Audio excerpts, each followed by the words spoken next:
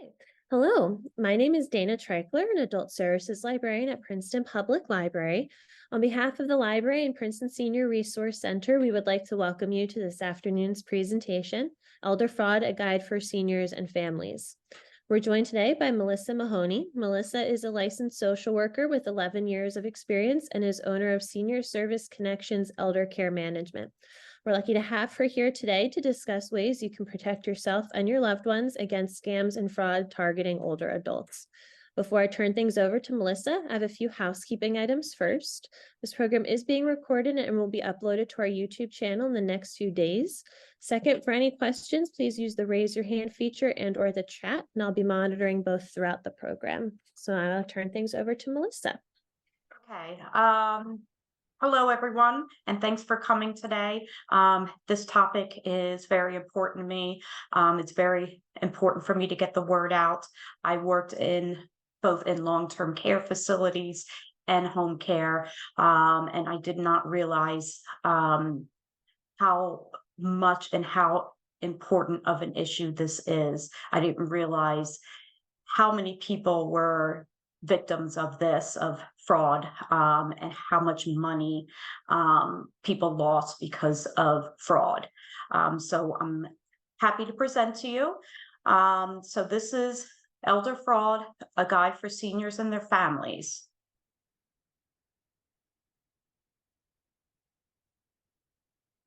So just some statistics here. So this is from the FBI Elder Fraud Report 2022, so fairly recent. So in total, now this is just New Jersey. So in total, 2022, oh, I'm sorry, this is for the whole country. In 2022, 88,262 victims over the age of 60 were victims of elder fraud. 3.1 billion total losses. This is the total losses that victims of the victims of fraud. That is an 84% increase in losses from 2021. That's really, really significant. It's mind-boggling. Now, New Jersey ranks number 6 with a loss of $92,712,866. We're going to start with types of scams. So basically, I took the top 5 as far as the most money lost. So there is quite a few different types of scams. However, I was only able to talk about the top 5 for time purposes. Okay, so investment scams at the top of the list as far as total money lost, $990,235,119 in losses. So as far as the investment scams, the warning signs, people are contacted by what they think are professionals claiming to be financial advisors, real estate investors, etc. They basically request money for a great investment with big returns. They do like to play on that as far, great investment and big returns. I mean, who doesn't want that? So they really start with that. A big sign of the scam is the urgency to send money right now. Okay, you have to send the money right now in order for you to get the good return that you want. Another red flag, if you get these calls, is that it sounds too good to be true. If that's the case, then it probably is not true. Aggressive sales tactics. That would mean things like, and we'll talk about this later, intimidating, scaring people, using very aggressive sales tactics. So how to protect yourself, you really need to ask these people questions. these quote unquote professionals that are calling you, you need to ask questions. If this is a scam, then they will likely just hang up or stop the conversation because they don't really have answers to the questions because they're not who they say they are. How to protect yourself, and I'll say this with probably every slide: never give out personal info. Always request, and this is good to request a callback number. Again, if it's a scam, they will not have a callback number. So it's good to request that too. And again, if they hang up or they just don't answer the question, then you know it's a scam. You can also, perhaps after the call or while you're on the call, is to research the person or the company on investor.gov to check the credentials of who is calling you. If you suspect a scam, and this goes for all the scams I will be talking about, report it to the Federal Trade Commission at reportfraud.ftc.gov. The next one is tech support scams with 587,831,698 in losses. The warning signs is it starts with a phone call or a pop-up warning about a computer problem, and it gives a phony number to call. Like you have a virus or your storage is too high, and like almost filled, and it gives a number to call. The caller, if you call, the caller will convince you to give remote access to their computer and then say that they are troubleshooting. The caller, while you're on the phone, opens folders or conducts scans, which you'll see on your screen, to show evidence of the problem.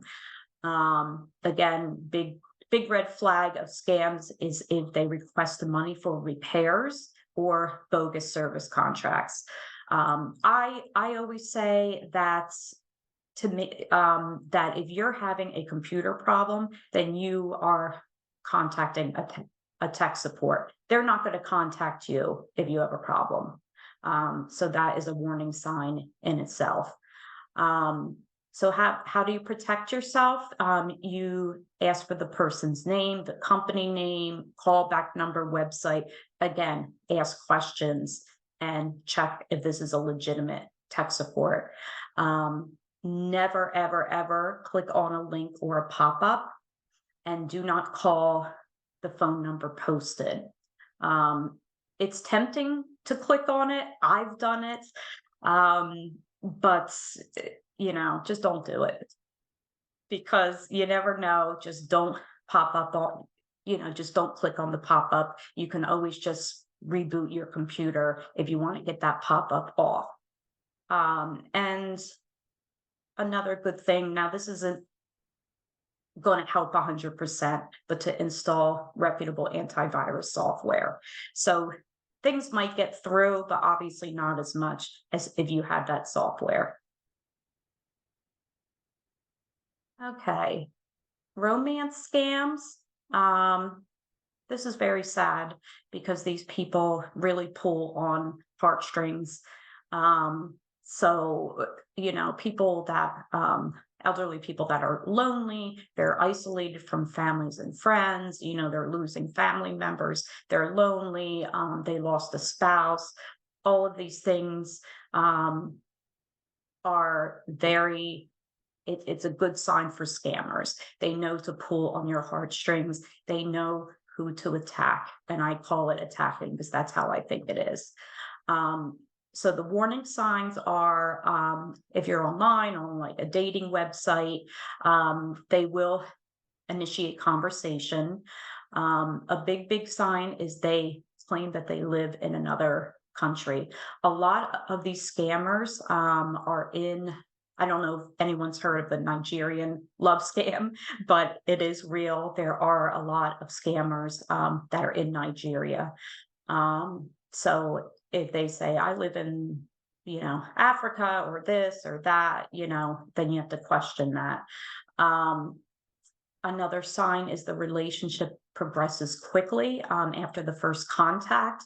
I have seen reports of people that are quote unquote engaged after 2 weeks. So that is another flag. Um, then what usually happens is they ask for money. And they ask for money for things like, again, they claim they're overseas. So they ask for money for things like a plane ticket to come and see you. I lost my passport. There's an emergency. The airport is holding me and I have to pay money. So that's when it starts, when they start to ask for money. Then you know that it's, you know, not a very good sign.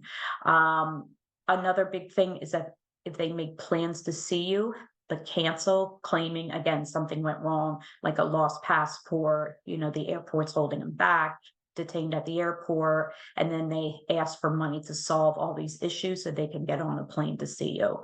By this time, you know, people are emotionally invested in this person, and that's why they start to give them money, these victims.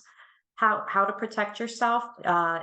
Never send money to someone you've only met online. Check to make sure the photos they use on their profile are actually of them. You can actually use a tool, it's called the Google image search tool, where you can download the photo of the person that you're talking to your computer, and you can drag it and drop the image into Google's search bar. And then a lot of these people, they steal people's pictures online and say that it's them, but it's actually another person. And actually, they are technically a person of the scam, a victim of the scam, because their picture was stolen. So, since these scammers often use scripts, and they do use scripts, copy and paste messages from them into Google to see if the messages have been used elsewhere. Government impersonation warning signs: if you receive an unsolicited call, letter, or email from someone saying they are a government official. If you receive the call, letter, or mail from that asks for confidential information. They request money and elicit fear. That's a big one. Often by saying your Medicare benefits have stopped, you owe taxes, you're going to be arrested. That is a fear tactic that is also used in other scams. So, how to protect yourself: never give out personal info. And when I say that, it's anything to identify you: social security number, name, obviously, address, any kind of bank account information to identify who you are. Verify the legitimacy of the claim by contacting the appropriate government entity. So if you're getting these calls from the FBI or Social Security or Medicare, you really need to call them back and say, hey, I got this letter, I got this call, did you send it, did you call? So you really need to go back and go to the source. Never send money over the phone or by mail, and never give private information, of course. A real official would never ask for personal info over the phone. Sweepstakes and lottery scams. Okay, so the warning signs, and these sweepstakes have been going on so long. And I don't think anyone has one. I don't know. As far as the sweepstakes and lottery scams. So the warning signs is you're told via email, a letter in the mail, or a phone call that you've won money, but you never entered a contest or bought a lottery ticket. You are not going to win money if you never even entered the contest. Bottom line. They're not just going to give money out to people. And then again, we go back to the money. They request you wire money to the organization to receive your winnings. If they're asking for money, then you have not won anything. How to protect yourself: never send money, and never, never, ever give out your bank account info, because they will ask for this, saying that we will deposit the money you won directly. And that's why they ask for the account information. Credit card and check fraud, warning signs. Scammers use a lot of tactics to get your personal credit card info by offering low interest rates or to reduce your debt for a nominal fee up front. So again, it goes back to, it sounds like it's too good to be true. Um, they will call or text fake fraud alerts that appear to be from your credit card company. So again, going back to the scare tactics, too good to be true scenarios. How to protect yourself: check your account balances frequently. Do not give out your credit card info. Call the number on the back of your card if you suspect fraud. Do not say, this is a huge one, which is used quite a bit actually, and is very sneaky. Do not say yes or no to questions from a robocall. They can use these recorded answers against you. So if you say yes, then they can use that voice yes to say yes to certain things. So definitely do not do that. It's very sneaky. And just please be careful. Just hang up the phone, and don't say yes or no if you know it's a robocall. So again, if you suspect credit card or check fraud, call your bank and call your credit card ASAP. Homeowners reverse mortgage scams, warning signs. If you own your own home, you could be contacted by someone claiming that you could access some of the equity in your residence with a reverse mortgage. They may offer to appraise your home for a fee, give you an invalid home value, and then ask you to sign up with inaccurate loan documents. So how to protect yourself: do not respond to requests asking you to share details about your home. And again, do not make any payments. So here's some general tips for seniors to avoid scams. Once you start to recognize red flags, scam attempts, and you need to end all communication with the perpetrator. Don't continue the conversation for any reason at all. Search online for their contact information and their offer before committing to anything. So if they're proposing, whatever, Google it, and you will be able to see if this offer or this issue is indeed legitimate. Resist the pressure to act quickly. Scammers create a sense of urgency to produce fear and lure victims into immediate action. Again, the scare tactics, sense of urgency, threatening. Be cautious of unsolicited phone calls, mailings, and door-to-door service offers. Again, you can Google it to see if it is legitimate.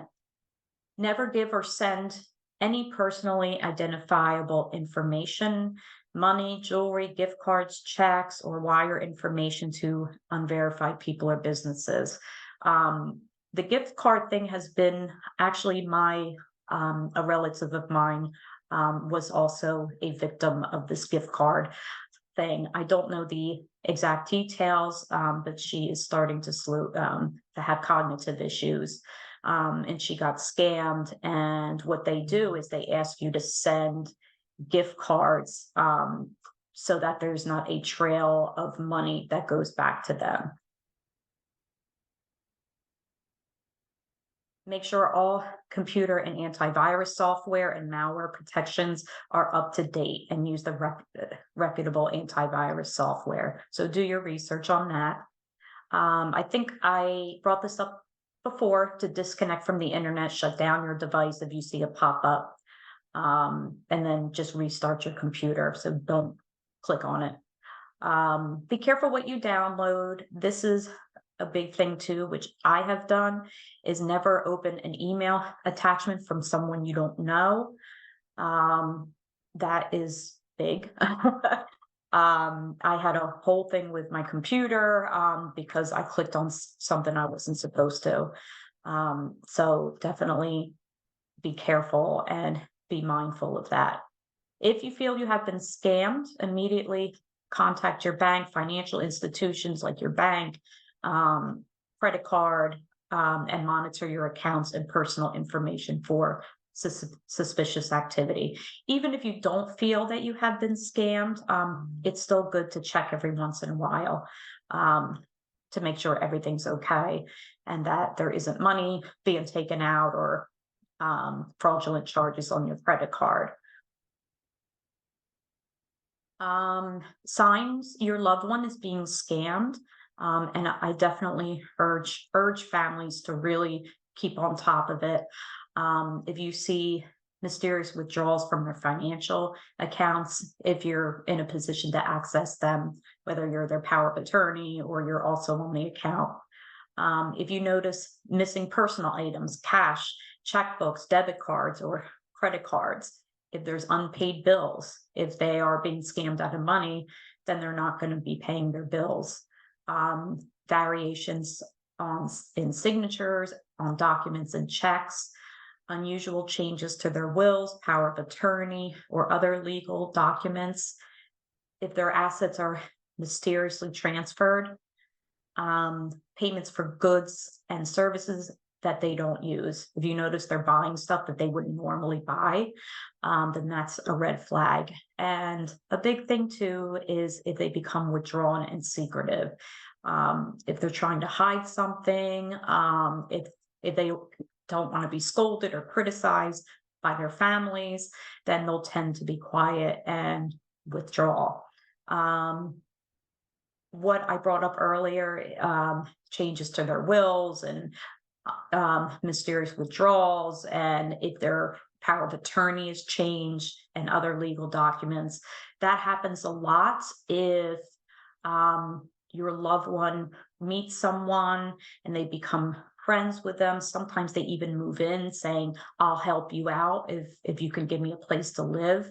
Then that's a big red flag. If a person you don't know is moving in to your elderly loved one's home, or if they become friends with them, then there is the possibility that they could talk your loved one into changing their power of attorney to them, putting them in their will. So definitely be on the lookout for people that are in your loved one's life. Okay. And just continuing, visit and call regularly. Seniors who feel isolated are the most vulnerable to scams. Again, lonely. They have a computer and they enjoy talking to people. This really, um, you know, pertains to romance scams, especially. Call the phone company and ask what services they have to block the robocalls and unknown numbers. Robocalls to me are easy to spot, but they may not be easy to spot for somebody else. So you really, can't always tell the difference. So just please be careful. And one thing to do about that is to tell them if they don't recognize the caller or the number, just do not answer. Another thing I used to tell my patients is to set up contacts on your loved one's phone, not just phone numbers, the name of the person so they can see who's calling. So you can say, hey, don't answer the phone if it's just a number. We have all your people who would call you in your phone and the name will pop up. Just obviously, educating your elderly loved ones on what to spot as far as a scam. I brought this up on the last slide, to question any new friends in their life and also to install fraud detection software onto their computer if they're using a computer. Okay. Impact on mental health.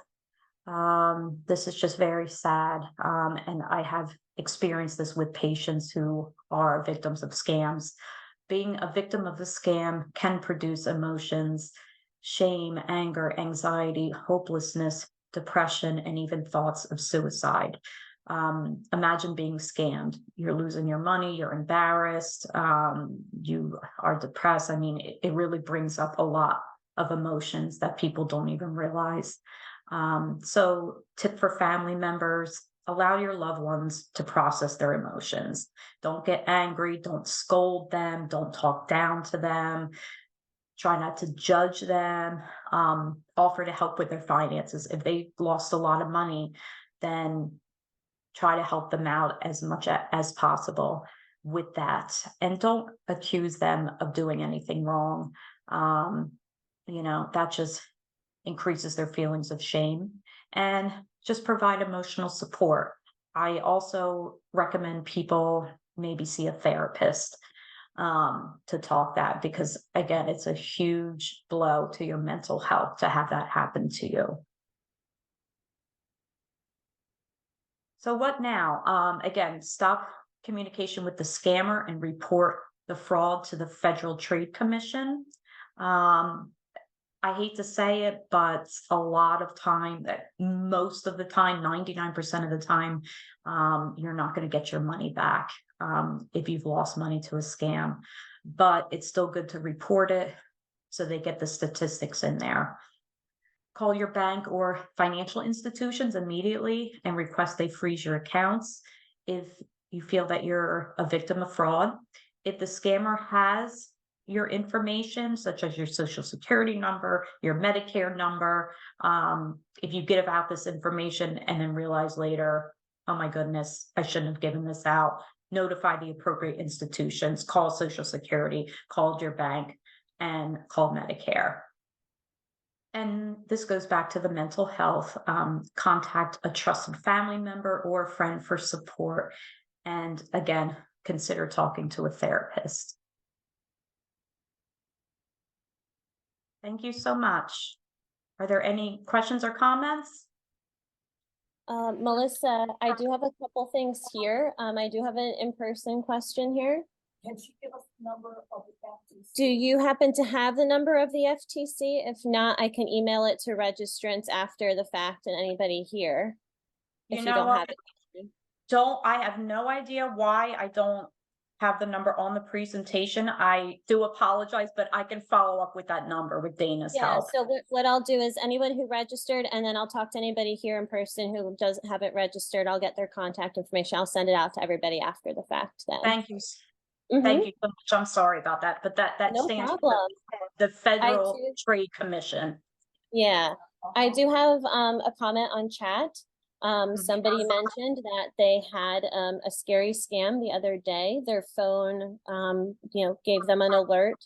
It was an official looking Apple logo that came up. They must have have an iPhone, and the message said that their phone had been hacked. It told them to click on a link within 2 minutes or their information would be released to hackers. And doesn't seem like they did anything, but they went to the Apple store and said the Apple said this is a known scam, and they checked their phone, which she turned off right after she got the message. Oh, good. Which like a good idea, and her phone, phone was fine. But that's another one, to look out for. And like the thing is, if you get these calls like from Apple or whoever, call the source. If you get a pop-up from Apple, then go to your phone provider. You know what I'm saying? So just to verify, somebody calls, they're from Medicare, call Medicare, so go straight to the institution that they're saying they are at. Or from, not at, from. Somebody also mentioned on chat that why don't more grandparents have a secret code word with their grandchildren, which seems like a great idea. With these scams being prevalent, so that and you can confirm it's actually your grandchild reaching out to you. Terrific, terrific, terrific idea. We actually used to do that when I worked at a nursing facility, and people called for HIPAA reasons. We would give the family members a code, and they had to say the code before we would give out personal information about the patient. So yes, the code word is a great, great idea. A number, like a code word, that's a great idea. Whoever brought that up.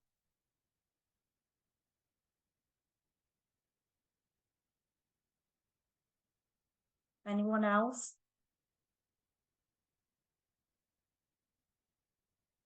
$5 fee.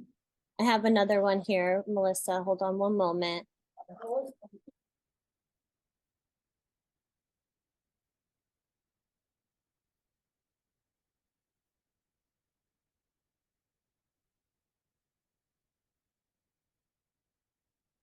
Is there any idea that such a outfit charging fee, how much is for what service? Mhm. I understand. Yeah, somebody here was mentioning that they're often confused by Apple, Microsoft, you know, the antivirus softwares and things. There's always fees for service, and you know, I'm not understanding why the fees and where they're, you know, coming from. Okay, Yeah, but the spyware, like the software and yeah, and the, you know, the antivirus soft, even cloud services and things. Everything's free. Yeah, everything used to be free, but now, you know, they charge you so much for all these things. And they do, yes, they do charge you. And again, go back to the source, and see, and just Google things too, does so and so charge this fee? Google's great because you could Google these things and say, hey, has so and so ever charged you, this amount for this? And you know how Google is, all these answers come up, maybe like a forum about it. So Google's a huge, important tool that you can use. yeah. And Melissa, I just want to say too, you know, we were talking about it earlier, but you know, this morning I got a phishing scam to my email about a FedEx package that that's not mine. And I think, you know, not only is this topic very important too, you know, with you know, the older adult population in our town, but it touches everybody of all ages, all populations. And I think everybody has been, if not affected personally, knows somebody. I know my dad went through it a lot, you know, a few years ago. He got a call from somebody that's not Microsoft, but said they were Microsoft and things. So, yeah, so I think it's definitely great that you were able to be here for sure.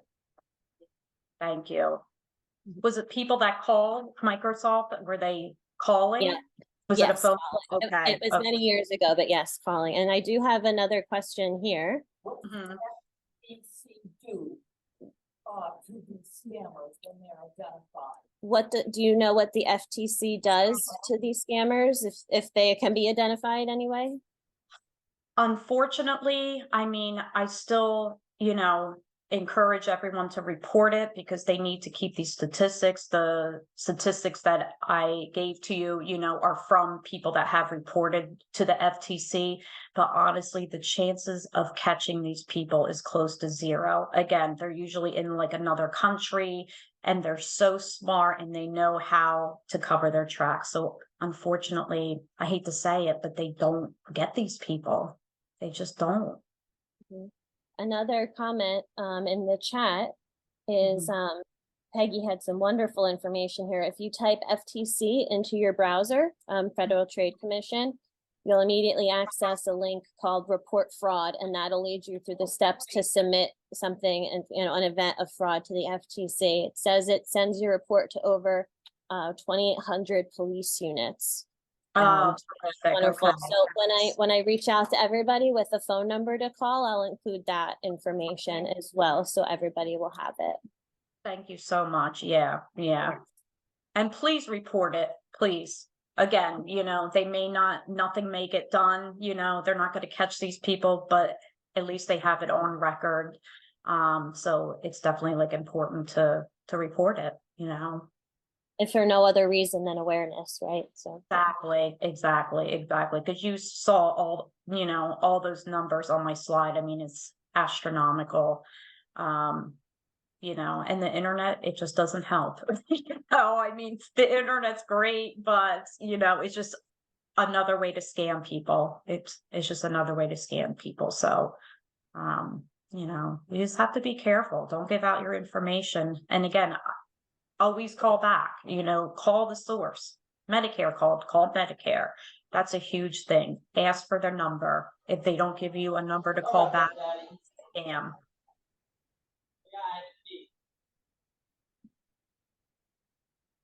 What was that?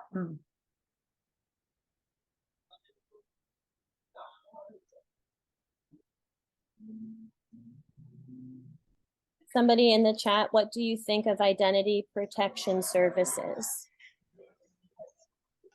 I don't know too much about them, but I could get information. I know I've run across some information, and I can get that over, if Dana could help me to get that information over. Yeah, I certainly can. And I just want to say too, from personal experience, I don't know much about them either. I know they're out there, but I think a lot of people, the main thing is what we're doing today too. Yeah, but if you want to send me that, I will certainly include that as well. Yes, I will.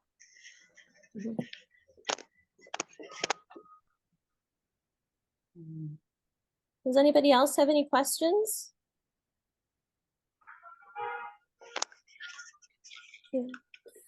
Well, it looks like somebody also went to a presentation from the FTC, and they said that there are many complaints. If there are many complaints against one organization, a company, or something like that, that wasn't their exact words, they'll take action. So maybe if there's a lot of, Apple scams or something, they kind of, can do more things. So Exactly. Very good. So did I help? I mean, did anyone learn anything? Was this informative?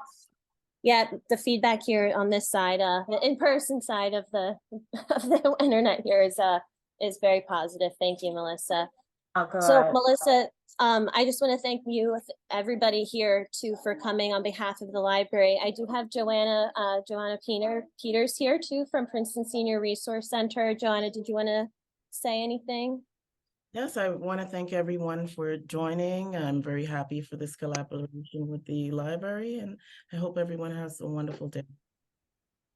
Thank you so much. And I'll be in touch with all that information. Okay. Thank you. Thank you, everyone. Thank you.